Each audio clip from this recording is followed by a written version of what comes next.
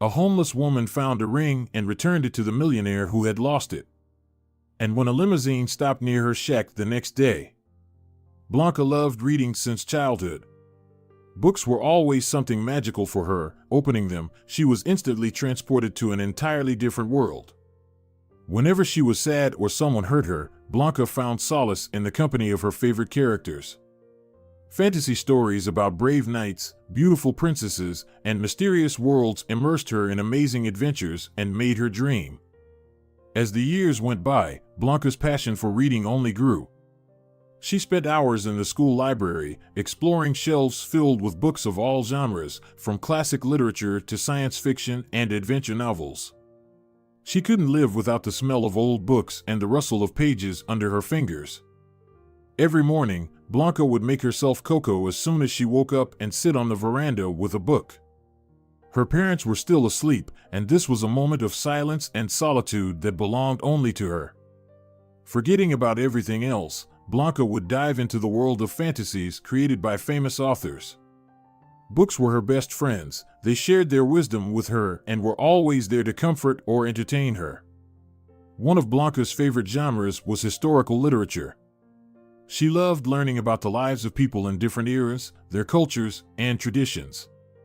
Stories of great civilizations, wars, and discoveries captured her imagination and made her ponder how past events affect our present. Blanca was also passionate about poetry. Her heart would beat faster when she opened the books of famous poets and began reading their innermost thoughts. Every word seemed like a precious gem that needed to be carefully examined to understand its true meaning. As Blanca grew older, she decided to enroll in the philology faculty. The thought of being able to read all the time made her happy and inspired her. Blanca became one of the top students and graduated from university with honors. After that, she was immediately offered a job as an editor at a local magazine. Blanca gladly accepted. The salary wasn't very high, but she gained experience, and after 2 years, she moved to the capital and started working as an editor at a publishing house. Now, she was almost always surrounded by books. They were everywhere, at work, on walks in the park, on trips, and at home. In the studio Blanca rented, books not only stood on shelves, but also lay on windowsills, on cabinets, and even on the floor. Unlike the other girls from the publishing house, Blanca spent her evenings reading on a cozy sofa with a blanket and her favorite cocoa. But one day, her best friend Nina invited her to a club. A band that performs songs based on the poetry of famous poets will be playing there tonight. "I think you'll like it," Nina explained. Blanca happily agreed. She had been feeling lonely lately, and her friend's invitation came at just the right time. In the evening, Blanca dressed up, wearing a beautiful white dress embroidered with artificial pearls and high-heeled shoes that she had kept from her university graduation. She styled her hair beautifully and wore long earrings with precious stones and pearls. Looking at herself in the mirror, Blanca smiled at her reflection. The thought of having a pleasant time made her glow with joy. The club Nina invited her to was in the city center and was known for its cozy atmosphere and high-quality live music. Blanca called a taxi and met Nina at the entrance to the club. When her friend saw her, she was very surprised. "You look so beautiful, Blanca. Your outfit suits you so well. I think we should go out more often." Blanca smiled and thanked Nina. Together, they entered the club, where they were greeted by soft, dim lights and the quiet sounds of an acoustic guitar. Musicians were already preparing for their performance on stage, checking their instruments and tuning their microphones. "I'm so glad we came here," Blanca said quietly, looking around. "This place is just magical. It's so nice to be here." Nina smiled in response. "Yes, me too. I've heard that these musicians are incredibly talented. They know how to convey the emotion of poetry through music." The girls took a table near the stage and ordered non-alcoholic drinks. Blanca noticed a tall, handsome man nearby who was looking at her with interest. He was wearing a suit and a white shirt. Nina saw him too. "Blanca, look at how he's looking at you," she whispered to her friend. "Do you know him?" "No," I've never seen him before, Blanca replied, feeling embarrassed. Nina smiled. Then he must like you, she said. At that moment, the lights in the hall went out, and a young man with a neat beard stepped onto the stage. That's their vocalist, Nina whispered, and Blanca nodded, not taking her eyes off the stage. Good evening, friends, the young man greeted the audience. We're happy to see you here. Are you ready to dive into the enchanting world of poetry? The hall burst into applause. We've been inspired by famous world poets in our work, the young man continued. We hope you enjoy our interpretation of their masterpieces. The audience applauded again. The first chords of the guitar sounded, and the hall was filled with the magic of music. The vocalist began to sing a song based on the poetry of Gabriel Garcia Marquez, and his voice touched the hearts of the listeners. The music played with each line of the poem, giving it new shades of meaning. Everything sounded so harmonious that Blanca closed her eyes with pleasure. She felt every word, every note with every cell of her body. This is just incredible. Nina whispered when the first song ended. How do they do it? It's true art. Blanca agreed. I feel every word. The evening continued, and the band performed song after song based on the poetry of different poets. Each composition was unique and left an unforgettable impression. When the concert ended, the hall erupted in applause. The musicians bowed to the audience and thanked everyone for the warm reception. Blanca was deeply moved and shaken by the performance, so when the lights came on, she didn't immediately realize where she was. Nina's eyes sparkled with tears. I need a minute to gather myself, she said. Blanca nodded in agreement, and at that moment, she felt someone's gaze on her. She looked up and saw the same man who had been sitting at the nearby table. He was smiling at her. I see you enjoyed the performance, he said softly. Blanca blushed and nodded. It was amazingly beautiful and unforgettable, she shared her impressions. I agree with you, the man replied. These guys are a real treasure. I try not to miss their performances, even if I'm abroad at the time. Blanca raised her eyebrows in surprise. By the way, my name is Raul, the man introduced himself. And you? Blanca, the girl replied and introduced Nina. Very nice to meet you, Raul said politely. Perhaps you would like to take a walk in the fresh air? Blanca looked at Nina in panic. Her friend discreetly winked at her and said, Unfortunately, I need to go home, but I think Blanca can keep you company. Blanca almost fainted upon hearing this. Why was Nina doing this? Great, Raul smiled. Then I'll just have a word with the vocalist and be right back. With these words, the man got up from the table and walked away. Taking advantage of the moment, Blanca looked at Nina indignantly. Why did you do that? I thought we were friends, she exclaimed. Nina just shook her head. You're so silly, Blanca. Can't you see how he looks at you? He likes you, not me. That's why I decided to leave you two alone. Blanca nodded shyly. But I don't know what to talk to him about, she complained. You'll figure it out, Nina said and, hugging Blanca, headed for the exit. Raul returned a couple of minutes later and, to Blanca's amazement, gave her a white rose. This flower suits your outfit very well, he said, looking at her intently. Blanca took the flower and brought it to her face. She was very pleased with the man's attention. The young people left the club and went for a walk downtown. The evening was simply splendid. It turned out that Raul was easy to talk to, and Blanca felt wonderful. The man also loved literature, history, and, of course, poetry. After the walk, Raul called a taxi and took Blanca home. She thanked him for the wonderful evening.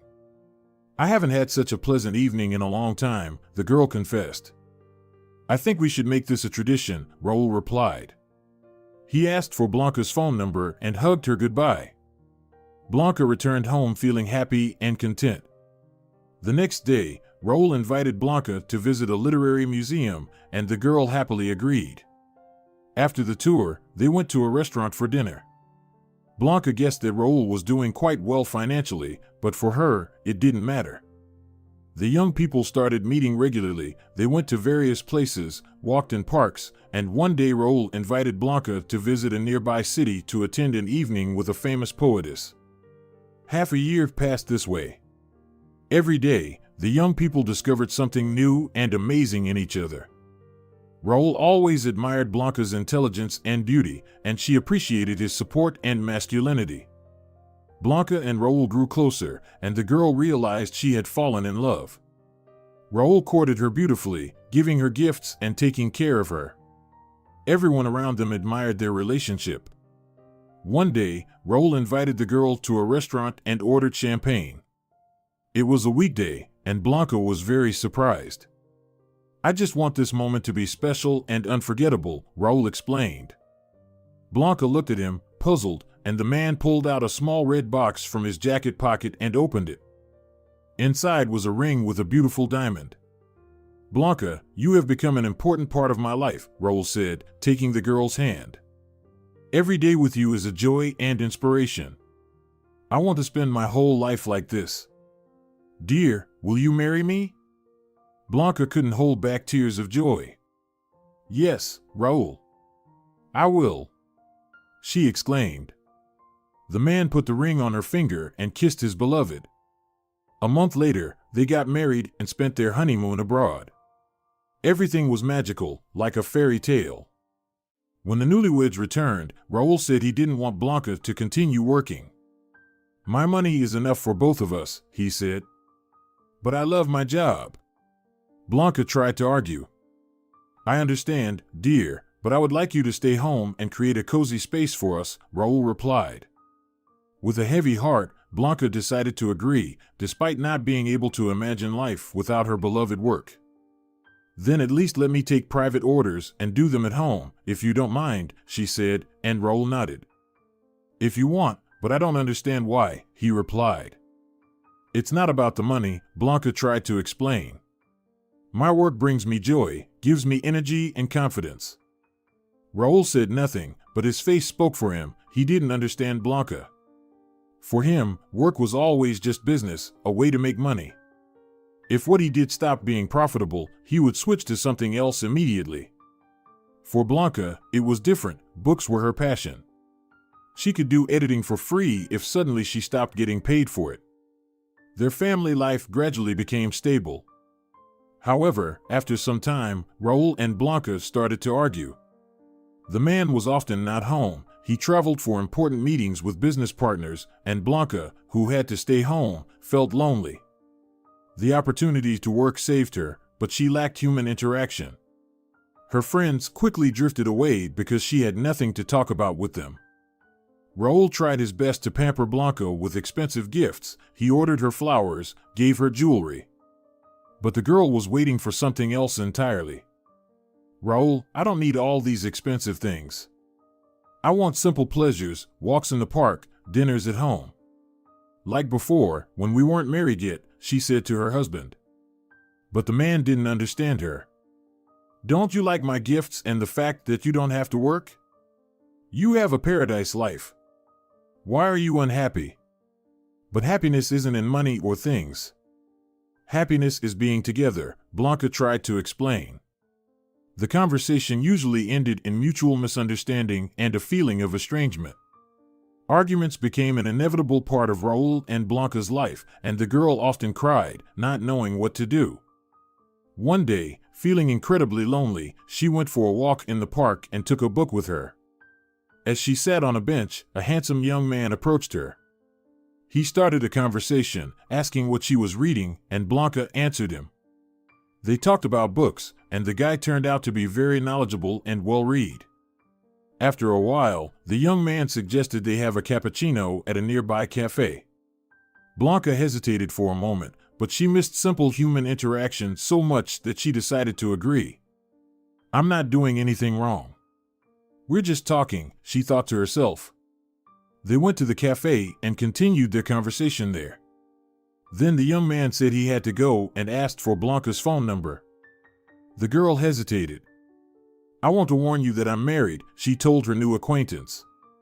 And I love my husband very much. The guy nodded. I saw the ring on your finger. But I really enjoyed talking to you. You know so much about books, and I sometimes have no one to talk to. Blanca sighed. I felt the same way talking to you. I just need a good friend, that's all. Then let's just be friends, the young man suggested.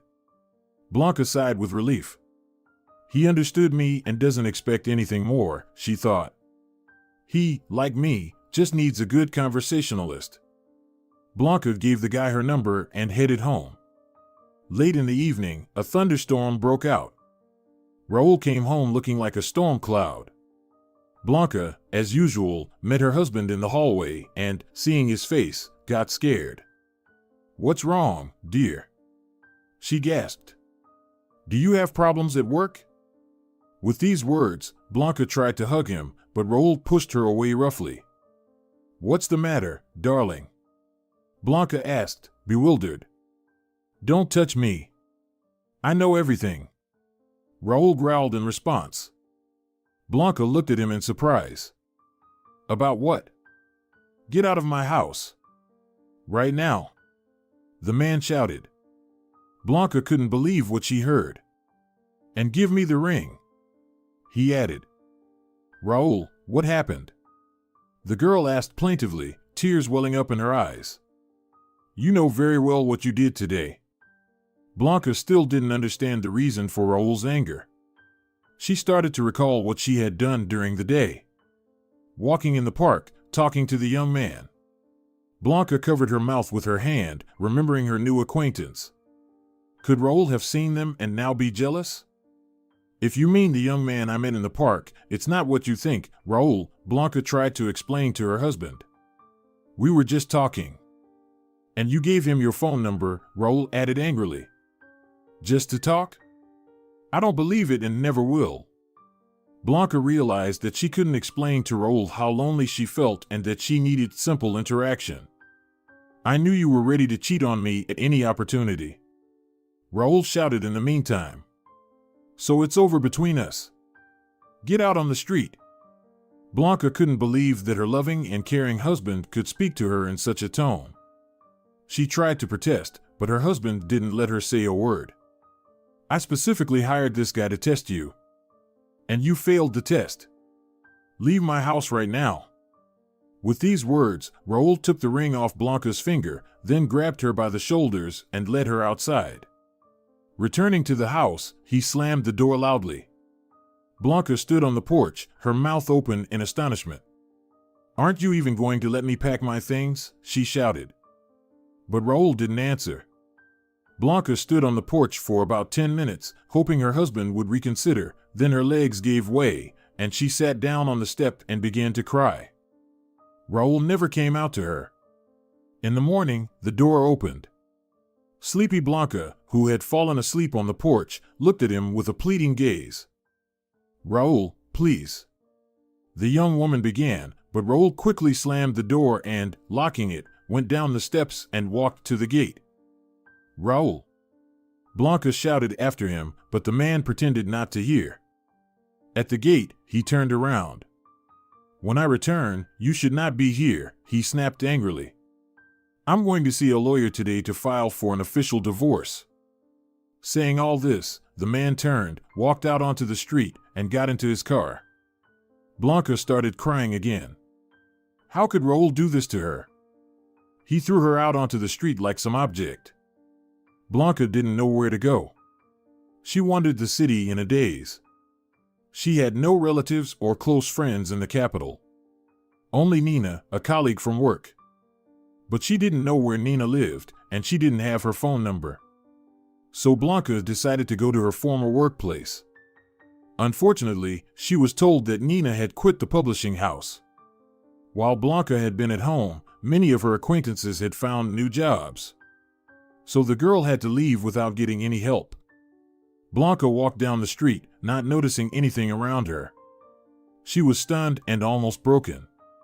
The outside world seemed to be shrouded in fog. Her heart felt shattered into 1,000 pieces, each one aching and throbbing. Blanca nearly got hit by a car when she was crossing the street. Luckily, the driver managed to stop in time. The young woman never thought her relationship with Raoul could end so suddenly and cruelly. She spent the whole day wandering around the city like a ghost. Blanca's world had collapsed in an instant, and now she didn't know where to go or what to do next. In the evening, the wind started blowing, making the young woman, who was still in her house dress, shiver from the cold. Soon it got dark. Blanca walked through the deserted streets of the city, trying to find shelter for the night. She passed by closed shops and cafes, lit up with garlands and lanterns. Blanca's thoughts were full of pain and despair. How could she end up in this situation? What should she do next? Passing by a park, she noticed a bench under a large tree. Tired and cold, Blanca decided to sit for a minute and then continue on her way. She sat down on the bench and covered her face with her hands, feeling the hopelessness of her situation. Blanca realized she had no strength left to stand. She curled up on the bench and fell asleep. The next day repeated itself. Blanca wandered around the city all day, afraid that she would be taken to a police station. Around noon, the girl came to the river and noticed homeless people under a bridge. They were sitting by a fire, roasting sausages. Blanca was very hungry and decided to approach, though she was very scared. It turned out that a poor woman and her elderly father lived under the bridge.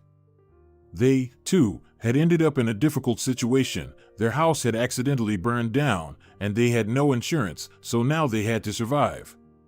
The woman, whose name was Agatha, took pity on Blanca, gave her a blanket, and fed her. "You can stay here with us," she said, and Blanca gratefully agreed. Agatha showed the young woman a shelter they had built together. "You will sleep here. My father and I will sleep in another shelter. No one will bother you," Agatha said. Thus began a completely new life for Blanca, one she could never have imagined before. At first, Agatha took care of the young woman, seeing that she was on the verge of despair. She shared warm clothes with Blanca and cooked for everyone. However, after a week, Agatha told Blanca that she needed to think about how she would earn money. "We can't take care of you forever," Agatha said reasonably. "Who knows what might happen to us? You need to stand on your own feet, Blanca." The woman was right. A couple of days later, people from the city administration came and said that they had resolved the issue, and Agatha and her father could move to new housing. Blanca was left under the bridge all alone. She dreamed that one day someone would come and take her away too, but she knew that was impossible. Gathering her strength, Blanca went to the publishing house where she used to work. She understood that she didn't look presentable. She had barely managed to wash her hair in the river and clean the clothes Agatha had given her, but Blanca still looked like a homeless beggar. Yet, the young woman hoped she would be lucky. And so it happened. When she explained what had happened to her, the chief editor took pity on her and promised to give her proofreading assignments. Blanca was very happy. Now she had to go to the publishing house several times a week and take heavy manuscripts to proofread by the river, then bring them back. When Blanca received her first payment, she could afford to take the bus. However, there was still no talk of renting a place or buying new clothes. One morning, Blanca, as usual, was sitting by the fire, listening to the sound of the river and editing a manuscript. The soup was cooking over the fire, and the young woman inhaled its aroma with pleasure. After finishing proofreading another chapter, Blanca stretched and stood up, carefully putting the manuscript away in the shelter. Then she decided to wash up in the river to freshen up. The water was cold but refreshing. Blanca knelt down and began to wash when her attention was suddenly drawn to something shiny. It was a gold ring lying among the stones and sand. Blanca couldn't believe her eyes. How could such a valuable piece of jewelry end up here? She reached out her hand and pulled the ring out of the water. It was adorned with rather large gemstones that looked very expensive. Blanca felt mixed emotions, joy from the find and anxiety about what to do next. "If I sell this ring, my problems will be solved," the young woman thought aloud. "But it doesn't belong to me. It would be much more honest if I tried to return the ring to its owner." Blanca examined the item closely and noticed an engraving with the words "with love and tenderness" and the initials AA on the inside of the ring. Perhaps these were the first letters of the owner's name and surname. The young woman realized she couldn't just keep the find for herself. Her conscience wouldn't allow her to claim someone else's property, even if she was in a difficult situation herself. Blanca firmly decided to try to find the owner of the ring. Returning to her shack, the young woman began to think about how best to proceed. She didn't have internet access to post an announcement about the find. So she decided to go to a publishing house and ask the secretary to do it for her. Blanca had breakfast, finished her work, and, putting the ring in her pocket, headed to the publishing house. The secretary agreed to help the young woman and posted an announcement about the found ring on several local websites. A few days passed. Every time Blanca came to the publishing house, she asked the secretary if anyone had called about the ring, but so far, no one had responded to the announcement. The young woman had already begun to think she might have to keep the ring herself when one day, arriving at work, she saw a very wealthy-looking man waiting for her in the lobby. "Blanca, this man has come to retrieve the ring," the secretary told the young woman. "I told him you found it in the river by the bridge." Blanca nodded and approached the man. "Good day, miss," he said excitedly, standing up from the sofa he was sitting on. "My name is Antonio Amato, and I am a well-known businessman in the city. About a month ago, I was walking along the river and accidentally lost a gold ring that I was going to give to my fiancée. It must have fallen into the sand and then was washed away by the water. Luckily, I came across your announcement and came here." Blanca felt relieved. Her efforts were not in vain. "I am very happy to be able to return your lost item. I always carried it with me just in case." With these words, Blanca took out the ring and handed it to Antonio. "I am very grateful to you and touched by your honesty. Seeing that you are currently in a difficult situation, I would like to help you. Please accept this money as a token of my gratitude." Blanca was embarrassed to hear these words and wanted to refuse, but then she realized that this would help her start a new life. So the young woman agreed to accept the money that Antonio was offering her. "Thank you very much," Blanca said, feeling that she might cry with happiness. "I really need the money right now."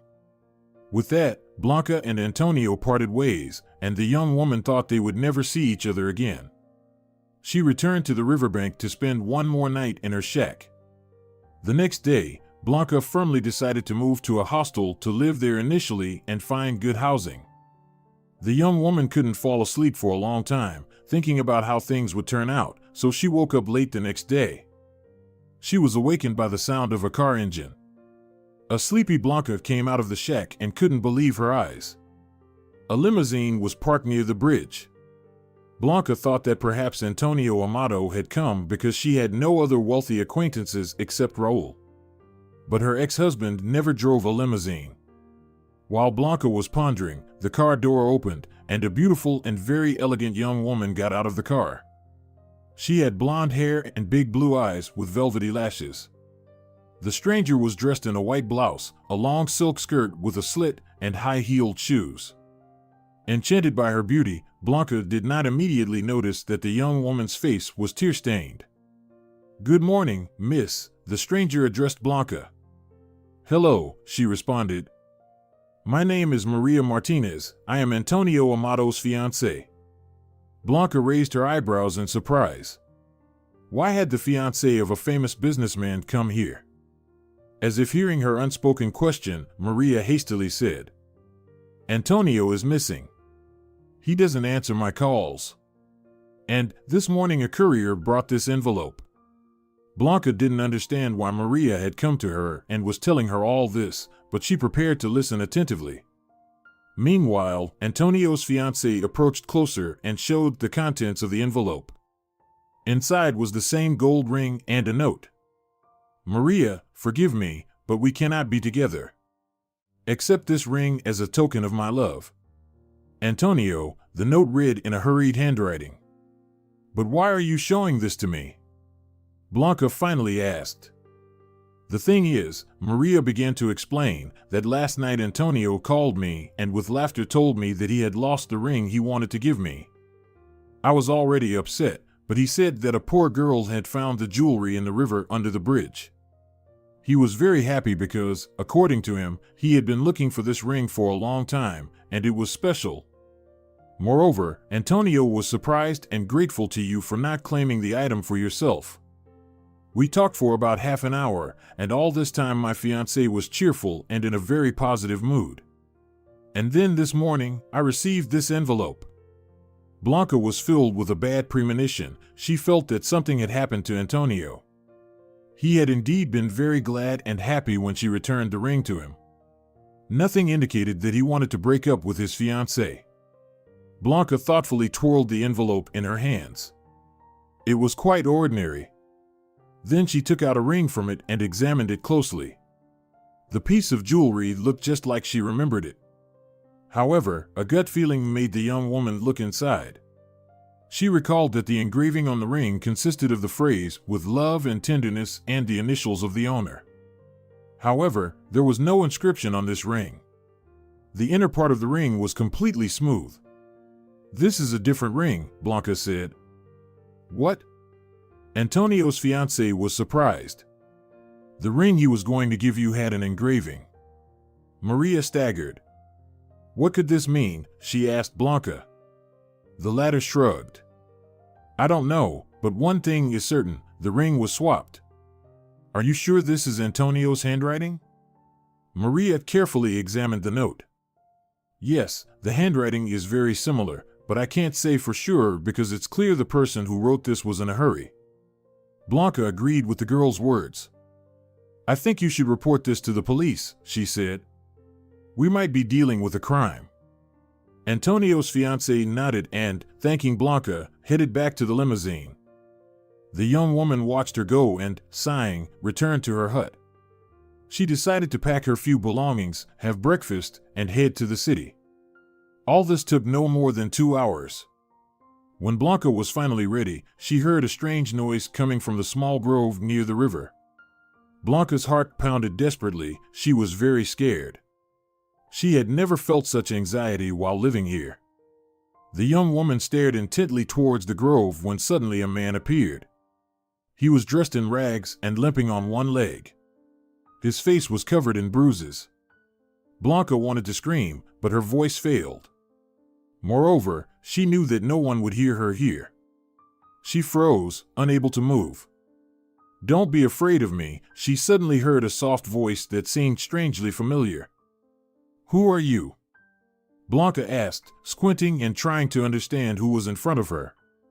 "It's me, Antonio Amato," the man quietly named himself. "It can't be." Blanca gasped.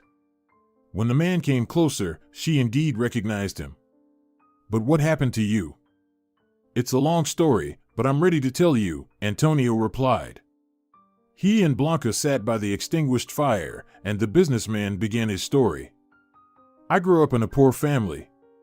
When I was little, I dreamed of one day becoming rich so I could afford everything I wanted.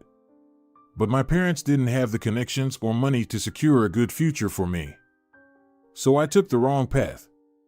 When I was 18, I got involved with a criminal gang that sponsored all my ventures. This is how I became a well-known businessman through dishonest means. Then I met Maria and regretted everything I had done. But I thought that if I were poor, she would never look at me.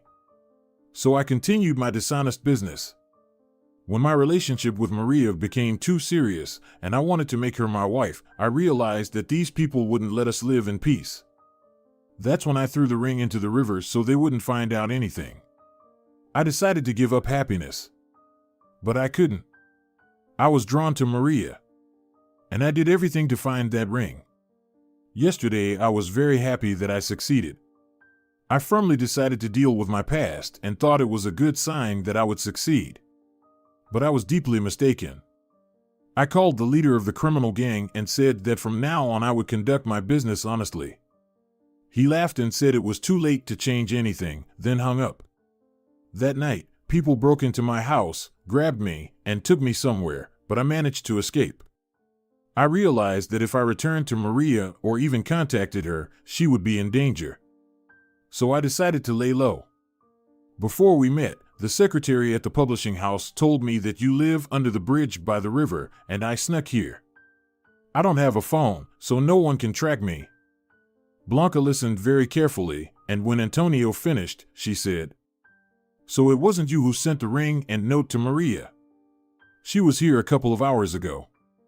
Your fiancée is heartbroken. She thinks you're in trouble." "What?" Antonio couldn't believe it, and after a short pause, he asked, "And what was in the note? What did the ring look like?" "It looked like yours, but without the engraving. And the note said that you didn't want to see her anymore," Blanca replied. Antonio sighed heavily and let out a bitter groan. "Poor Maria. I don't want her to suffer. So they must have listened to our phone conversation and sent her a similar ring to deceive her. I don't know what to do now. The only solution is to leave here alone and start a new life." "But what about your fiancée?" Blanca asked. "She will go crazy with grief. But I can't take her with me. She's used to luxury," Antonio admitted. "And wandering with me, is that the happiness she deserves?" "It seemed to me that she loves you," Blanca said softly. Antonio looked at her in amazement. But how can anyone love someone who has been lying to others all this time and gaining wealth dishonestly? And now will be forced to hide from the law and bad guys. People love not for something, but despite it, Blanca remarked philosophically. She herself sometimes remembered Raoul, and her heart still ached from the unhealed wound. "I need to think it over," Antonio said. "Are you leaving? May I stay in this hut for now?" Blanca nodded and, taking her belongings, went to the city. She found a decent hostel and checked in. Everything seemed fine, and her life was getting back on track. But Blanca couldn't forget Antonio and Maria's story. Were they really not destined to be together? Blanca was very worried about them. A week passed, and the girl couldn't stand it anymore. She decided to go to the bridge to find out how Antonio was doing. Had he left, or was he still living in the hut? Blanca reached the place where the bridge was located by bus and began to descend. From afar, she noticed that the place under the bridge was uninhabited. Blanca sighed. It meant she wouldn't find out what had happened to Antonio and how his story ended. Blanca stood for a while by the long-extinguished fire and suddenly wanted to look inside the hut. There, on the straw-covered floor, she found a note, weighed down by a stone. She took the scrap of paper in her hands. "Blanca, I don't know why, but I have a feeling that you will come back here to meet me again. You have a big kind heart, and I trust you completely. Please, if you ever read these lines, I ask for your help. Go to my fiancée, you can find her address in the directory, and tell her where I have gone." I wrote the address on the other side of this note. Blanca, you are our angel, and I thank you in advance for your help.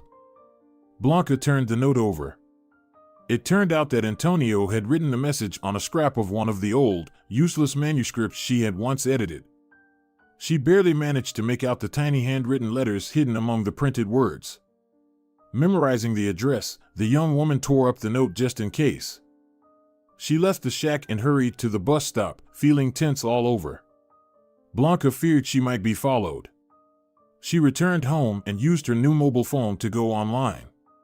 Finding Antonio's fiancée's address, she decided to visit her without delay.